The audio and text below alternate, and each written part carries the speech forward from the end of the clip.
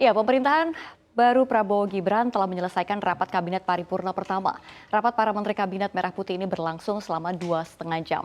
Dalam proses rapat kabinet ini, para menteri mendapatkan arahan secara detail agar bekerja bisa lebih cepat dan memiliki hasil, serta bekerja sama dalam tim, tidak sendiri-sendiri. Lantas seperti apa instruksi detail dari Prabowo untuk para menterinya?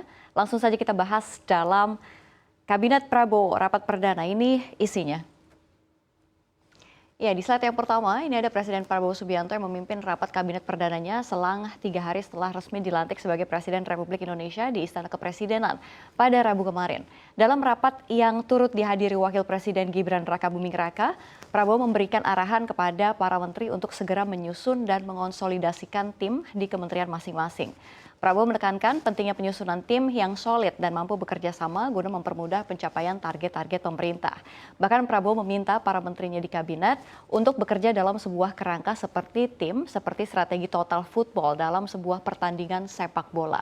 Istilah ini tren pada era 70-an, artinya satu tim sepak bola mampu menyerang secara bersama-sama dan bisa saling mengisi posisi satu dengan yang lainnya berdasarkan definisi di situs fifa.com.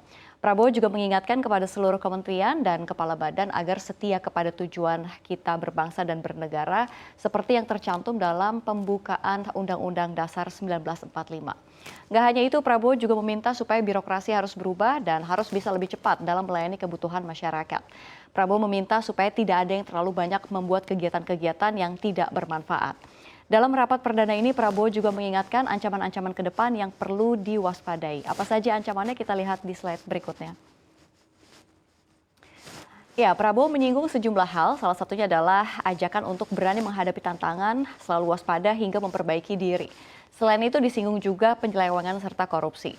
Menurut Prabowo, ini masih banyak sekali masyarakat yang berada di bawah garis kemiskinan, serta hal tersebut menjadi alasan utama banyak masyarakat belum mencicipi kemerdekaan Indonesia. Prabowo juga meminta kepada Jaksa Agung ST Burhanuddin, Kapolri Jenderal Listio Sigit, Kepala Badan Intelijen Negara atau BIN M. Herindra untuk fokus memberantas judi online di Indonesia, serta kejahatan penyelundupan narkoba hingga tindak pidana korupsi.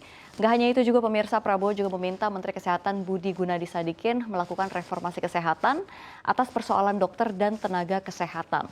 Prabowo juga sudah memanggil Menteri Pendidikan Tinggi, Sains dan Teknologi Satrio Sumantri Brojonegoro dan Menteri Pendidikan Dasar Menengah Abdul Muti mempunyai gambaran besar bagaimana segera akan menyentuh semua anak-anak untuk menggunakan teknologi serta mempercepat membawa pendidikan kepada anak-anak.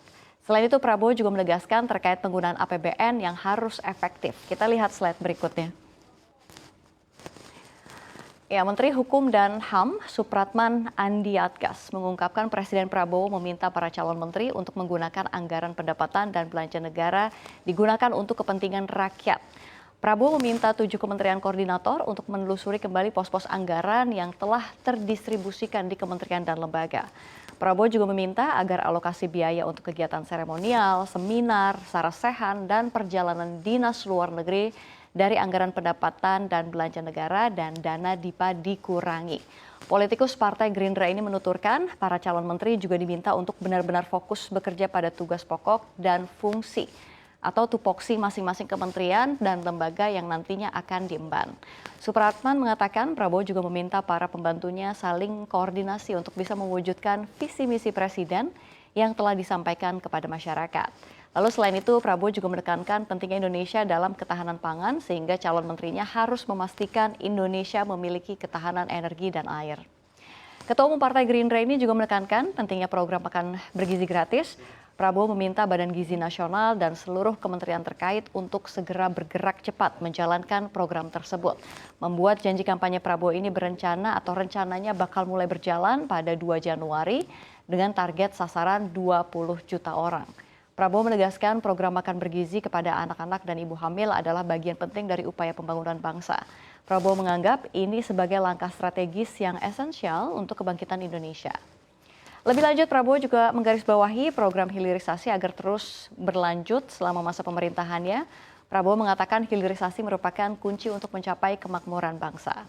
Prabowo meminta Kementerian Hilirisasi dan Investasi Kementerian Energi dan Sumber Daya Mineral Badan Perencanaan Pembangunan Nasional agar segera berkoordinasi dengan Kementerian Koordinator Bidang Perekonomian dan juga Dewan Ekonomi Nasional. Mantan Menteri Pertahanan itu pun menyebut ada 26 komoditas vital yang harus segera masuk dalam prospek hilirisasi. Ya, jadi pemirsa itu tadi ya beberapa poin yang penting yang diinstruksikan Pak Prabowo pada sidang Kabinet Paripurna Perdana di Istana.